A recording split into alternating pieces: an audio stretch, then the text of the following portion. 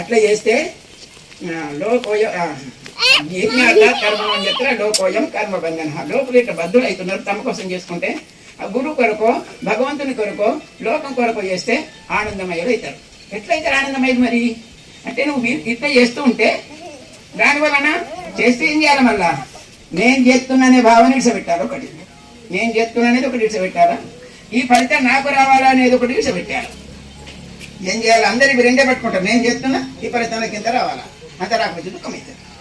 నేను చేస్తున్నా అనేది ఇడిసబెట్టాలా. మరి నేను చెప్తున్న వాళ్ళు చెప్తుండ్రు 3 గుణాలే చేస్తున్నాయని భగవద్గీతలో చెప్తున్నాడు.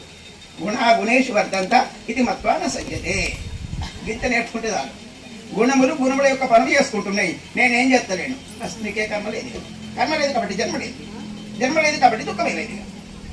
ఎంత అంకం చూడండి ఇది. కాబట్టి అందరూ ఏమనుకుంటారంటే మేము చేస్తున్నామని, మీరు చేస్తలేదు. మీరంటే ఏది శరీరమా?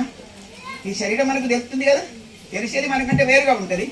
మరి వేరుగా ఉన్నది ఆ శరీరం చేస్తే నీకేమవుతుంది, నువ్వేడ చేసినట్టు అవుతుంది అని కాదండి. మనం ఎవరం?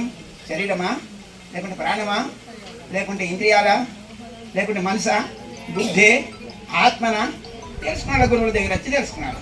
తెలుసుకుంటే నువ్వు అది వేది కాదు, దేహేంద్రియ మనోబుద్ధి ప్రకృతిభ్యో ఈ లక్షణం అని వాళ్ళు చెప్పేస్తారు. దేహం నువ్వు కాదు, ఇంద్రియాలు నువ్వు కాదు, మనసు నువ్వు కాదు, బుద్ధి నువ్వు కాదు. మరి ఎవరు నువ్వు?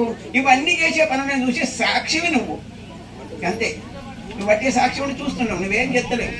ఈ కాళ్ళు ఏం చేస్తున్నాయి, చేతులు ఏం చేస్తున్నాయి, కన్నీళ్ళు చూస్తున్నాయి, చెవులే వింటున్నాయి, ఏమేమి మనసు ఏమనుకుంటున్నది అన్ని చూస్తూ ఉంటున్నావు అంతే. అవన్నీ చేసుకుని అభిప్రాయం చేసుకుంటాయి. గుణేషు వర్తంతా ఇది మత్వాన సత్యత. గుణాలు యొక్క పని చేసుకుంటున్నాయి. నేను ఏం చేస్తాను సాక్షి. అక్కడ పంచది ఏం చేయాలి, నువ్వు లేవా? ఉన్నా కానీ నేను ఆడుతాడు అక్కడ కూర్చున్నాడు, ఈడెక్కడికి వెళ్ళి కూర్చున్నాడు, చూసినాక అంతే. వీడికి మన పంచది అవుతుంది ఇక ఏముంటుంది ఇక. అట్లా మనకి ఏ కర్మలు ఉన్నాయండి, అట్లా నువ్వు చేయడం నేర్చుకోండి. అట్లా నేర్చుకుంటే ఏ గుణాలు, కళ్ళు చూస్తున్నాయి, చెవులు వింటున్నాయి, కాళ్ళు నడుస్తున్నాయి, శరీరం పనిచేసుకుంటుంది, మనసు అనుకుంటుంది, బుద్ధి నిర్ణయం చేస్తుంది. ఇట్లా అనుకుంటూ అయితే అవి చూస్తూ మనం సాక్షిగా ఉంటే మనకి ఏ బాధలు లేవు. మళ్ళీ కర్మనే ఉండదు ఇక. మనం చేస్తే కర్మ ఉంటుంది. కర్మ లేకపోతే ఆ బ్రహ్మదేవుడు కూడా మనకు జన్మని ఇయ్యాడు. కర్మ ఉంటేనే జన్మిస్తాడు.